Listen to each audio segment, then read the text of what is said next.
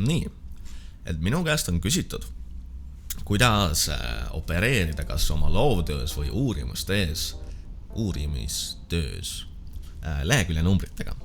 Et no me teame seda, et manuaalselt me neid numbreid ei kirjuta, need saame automaatselt.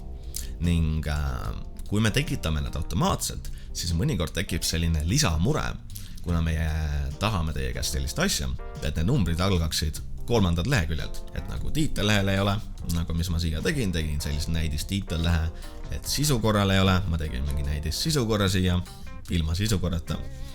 Ja me tahame, et siis järgmisest leheküljest hakkaks meie see sisu pihta. Okei, selle jaoks tekitame kõigepealt sisu. Ütleme, et siin on mingisugune sisukord olemas, on ju, ma ei viitsinud sellist näidist sisukorda teha, siin on mingi jama, on ju. No ja peale seda jama, mõned inimesed teevad oma esimese vea. Nad teevad oma esimese vea sellega, et nüüd selleks, et minna uuele leheküljele, nad hakkavad entereid vajutama.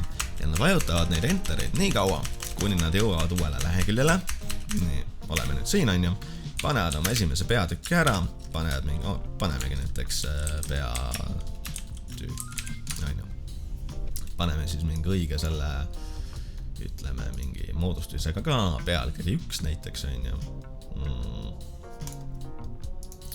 Mis meil on siis Times New Roman, 14, reavahe 1,5, no uuendame selle juba ära ka siis, on ju, värskenda ühtlustamiseks stiili. Nii, see on meil esimene peatükk, on ju. Ja siia tuleb sisu. Ja nüüd, kui nemad näiteks tahavad lisada sisukorra numbreid, võtame mingi sisestain ja võtame lehekülje numbrid, paneme siia alla.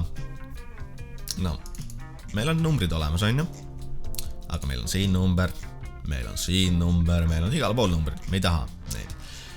Kui meie teeksime need lehekülje numbrid siit lahti, on ju, no meil on mingi valikud ka siin, ma elause vorming, no tema on mingi jama. Aga kui me teeksime selle siit lahti, on ju, ja mis me vaataksime, on selline asi, et tema ei toimi. Isegi kui meie võtame sellise asja nagu teine esimene leht, on ju, no siis me saame alustada numbreid nii-öelda teisest lehest, aga me ei taha seda, me tahame alates 3. lehest. See tähendab sellist asja, et võtame praegu need numbrid ära siit, tegelikult nad võivad olla ka, vahet ei ole. Meie teeme sellist asja, et no meil on siin mingi numbrid, on ju.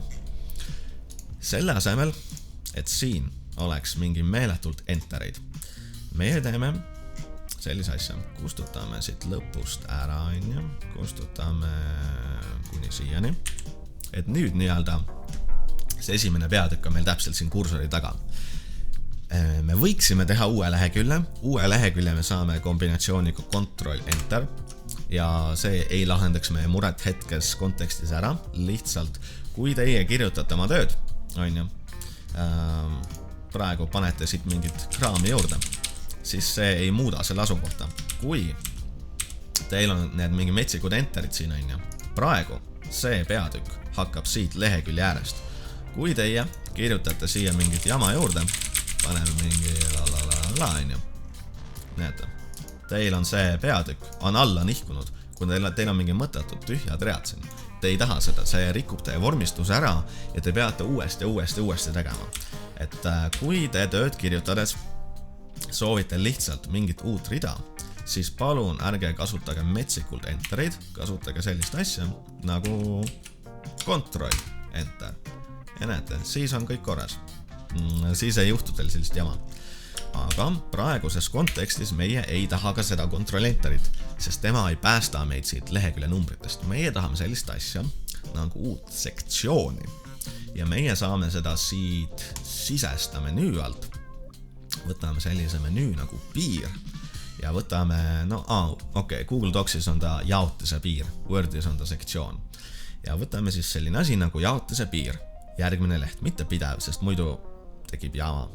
Võtame järgmine leht, jaotise piir ja nüüd nagu ta näeb välja nagu see nii-öelda Ctrl-Enter on ju, selles suhtes, et lihtsalt tekib uus leht, ta toimib samamoodi, aga läheme siia lehekülje numbritesse tagasi ja siin te näete, see on jaotis 2, te ei näe, ma liigutan ennast ära, ma tegelikult kustutan ennast üldse ära, sest ei näe mind üldse, võtame Nii, Nii, siin on mingi jaotis 2, on ju.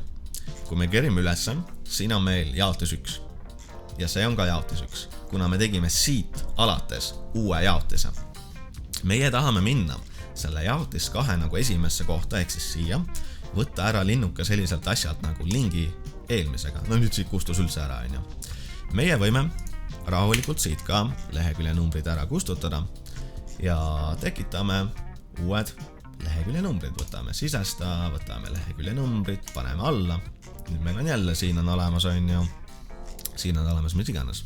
Aga kui meie kustutame nüüd jaotis 1 ära lehekülje numbreid, siis jaotis 1 meil ei olegi enam lehekülje numbreid, aga kui te vaatate, jaotis 2 on meil täitsa alles.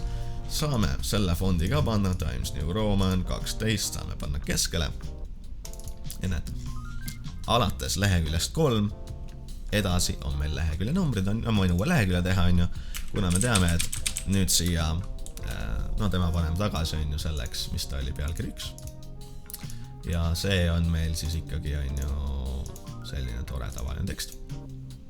Kui me nüüd siit teeme uue lehe, siis loomulikult meil on lehekülg 4 ja nii edasi. Ja eelnevatel lehtedel ei ole mingit lehekülje numbrid, mitte kuskil.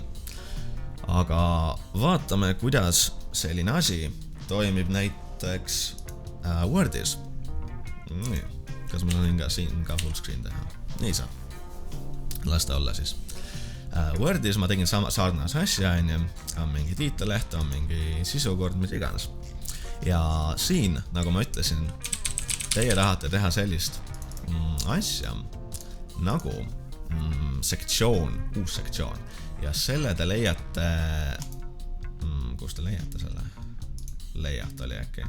Jah, layout. Mul on siin praegu küll ingliskeelne Word, aga kui teil on eestikeelne Word, siis te võite lihtsalt nagu lugeda kuskilt vasakult poolt, et see on 1., 2., 3., 4., 5, on ju. Ja siis otsite siit 5. menüü koha alt üles sellise asja nagu breaks. Kui teil ei ole breaks, siis te näete sellist ikooni, nagu mul siin on, klikite peale. Ja teie ei taha võtta page breaki, teie tahate võtta section break. Section break, new page. Teete lahti, on ju, ongi uus lehekülg. Ütleme sinna ka mingisugune esimene peatükk, on ju.